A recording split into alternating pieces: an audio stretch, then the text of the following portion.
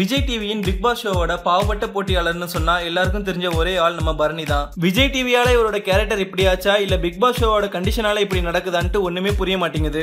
ஜூலிக்காவது காயத்ரி ஆர்த்தின்னு 2 வில்லன்களை கொடுத்த big pass பரணிக்கோ round கட்டி அடிக்கிற அளவுக்கு அத்தனை வில்லன்களை கொடுத்திருக்காரு. ஒரு கட்டத்துல பாவம் பாய்ந்த பரணி ஒரு ஆளை போட்டு எல்லாரும் சாவடிக்கிறீங்களே அப்படின்னு பாக்குற நம்ம ஆடியன்ஸையே ஃபீல் பண்ண வச்சது நம்ம பிக் பாஸோட சதி வேலை. இந்த சதிக்கு முக்கியமான மூலகர்த்தாவா இருந்தது யாருன்னா நம்ம கஞ்சா கருப்பும் ஸ்நேகனும் தான். நின்னா குத்தம், தனியா நடந்தா குத்தம், வேலை செஞ்சாலும் குத்தம், வேலை செய்யலனாலும் குத்தம்ட்டு பரணியை போட்டு தாளிச்சு எடுத்துட்டானுங்க. இதுல கஞ்சா கருப்புக்கு நேர்மையானவன்ற பட்டமும் கொடுத்து அவர் சொன்னா எல்லாம் சரியா தான் இருக்கும்ட்டு மத்தவங்களோட மைண்ட் செட்டை மாத்தி வச்சிருச்சு விஜய் டிவி. இதுதான் நல்ல சான்ஸ்ன்ட்டு கஞ்சா கருப்பும் பரணியை வச்சு செஞ்சிருக்காரு. மத்த போட்டியாளர்கள் முன்னாடி பரணியை அசிங்கமா பேசி அடிக்கவும் வந்திருக்காரு. இதனாலேயே அடுத்த எலிமினேஷன் லிஸ்ட்ல முதல் ஆளா பரணி வர அடுத்த ஆளா கஞ்சா கருப்பு வந்து நிக்கிறாரு. இதுல பரணி தான் வெளியேற நிறைய வாய்ப்பு இருக்கிறதா போட்டியாளர்களுக்கு மட்டும் இல்ல பாக்குற நம்மளுக்கும் நல்லாவே தெரியும். ஆனா பரணி தான் போட்டியை விட்டு வெளியேற போறாருன்ட்டு பரணிக்கு முன்னாடியே தெரிஞ்சிருக்கு. அத அவரே கணேஷ் கிட்டையும் ஜூலி கிட்டையும் சொல்லி இருக்காரு. எல்லாரும் என்ன பலியாட ஆக்குற, இதுதான் அரசியல். இந்த அரசியலுக்கு தான் பலியாட ஆயிட்டதா கணேஷ் கிட்ட பரணி சொல்லி தன்னோட மனக்குமரல கொட்டி இருக்காரு.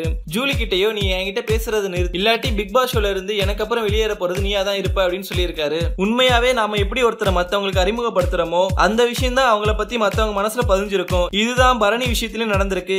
கஞ்சா கருப்புக்கும் பரணிக்கும் நாடோடி படத்துல இருந்தே செட் ஆகல அப்படின்ட்டு பரணியே சொல்லியிருக்காரு. அதுக்கு நடிகர் சக்தி கூட நீ எப்படி கஞ்சா கருப்பை பத்தி இப்படி குறை சொல்லுவேன்ட்டு பரணியை திட்டவும் செஞ்சிருக்காரு. இதெல்லாம் மனசுல வச்சுக்கிட்டு தான் கஞ்சா கருப்பு பரணியை விடாம டார்கெட் பண்ணிக்கிட்டே இருக்காரு. இதுல வெந்த புண்ணுல வேலை பாய்ச்சற மாதிரியே ஸ்நேகனும் பரணியை விடாம துரத்திக்கிட்டு இருக்காரு. ஜூலி ஸ்நேகன் கிட்ட கத்திய காணன்னு ஆரம்பிச்சப்ப நடுவுல வந்த பரணி இதுவே இந்த இடத்துல ஜூலிக்கு பதிலா நமிதா இருந்திருந்தா ஜூலியை பேசுற மாதிரியே மரியாதை இல்லாம நமிதாவை பேசுவீங்களா அப்படின்ட்டு நியாயமான கருத்தை கேட்டாரு பரணி. ஆனா ஸ்நேகனும் அந்த விஷயத்தை ஆல் இண்டியா ரேடியோ மாதிரி எல்லார்ட்டையும் சொல்லி பரணிக்கு இன்னும் கெட்ட பேரை வாங்கி கொடுத்திருக்காரு. அப்ப பரணி மேல கரை வச்ச ஸ்நேகன் இப்பவும் விடாம பரணியே டார்கெட் பண்ணிக்கிட்டு இருக்கிறத நம்மளால 11வது நாள் முடிவுல பார்க்க முடியுது. ஆமாங்க, பாகுபலி டிராமா போட்டுக்கிட்டு இருந்த ஆர்த்தி கஞ்சா கருப்பு பரணி கிட்ட போயிட்டு பிக் பாஸ் ஷோல தான் என்ன முதுகுல குத்துன, பாகுபலி டிராமாலையும் முதுகுல குத்துறியே அப்படின்ட்டு கஞ்சா கருப்பு பரணியை பார்த்து கேட்கிற மாதிரி டைலாக சொன்னாரு ஸ்நேகன். அதுக்கு பரணியோ நான் அந்த மாதிரி எண்ணத்துல பழகல, எனக்கு யாரையும் முதுகுல குத்த தெரியாது, இப்படி பேசாதீங்க, மனசு கஷ்டமா இருக்கு, வார்த்தையை பார்த்து விடுங்கன்னு சொல்லிட்டு அந்த டிராமால நடிச்சும் கொடுத்தாரு. ஸ்நேகனோட இந்த செயல் பரணியை பிக் பாஸ் ஷோல இருந்து தூக்குற மாதிரியே இருந்துச்சு. இதை மத்த போட்டியாளர்களும் அடுத்த எலிமினேஷன் லிஸ்ட்ல பரணியோட பேரை போட்டு கன்ஃபார்ம் பண்ணிட்டதுனால பரணி வெளியேற போறது கிட்டத்தட்ட உறுதி ஆயிடுச்சு. வெறும் பணத்தை மட்டும் குறிக்கோளா வச்சு எல்லா உறவுகளுக்கும் பிளவுகளை ஏற்படுத்துற இந்த பிக் பாஸால இன்னும் எத்தனை போட்டியாளர்கள் வெளியேற போறாங்கன்னு தெரியல.